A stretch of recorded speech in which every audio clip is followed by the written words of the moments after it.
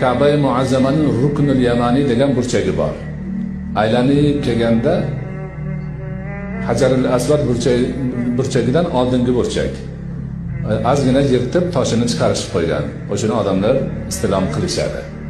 Ana shu rukunda Rasululloh akram alayhisolatu vassalomning hadislari bo'yicha 70 ta farishta tayyor turar ekan.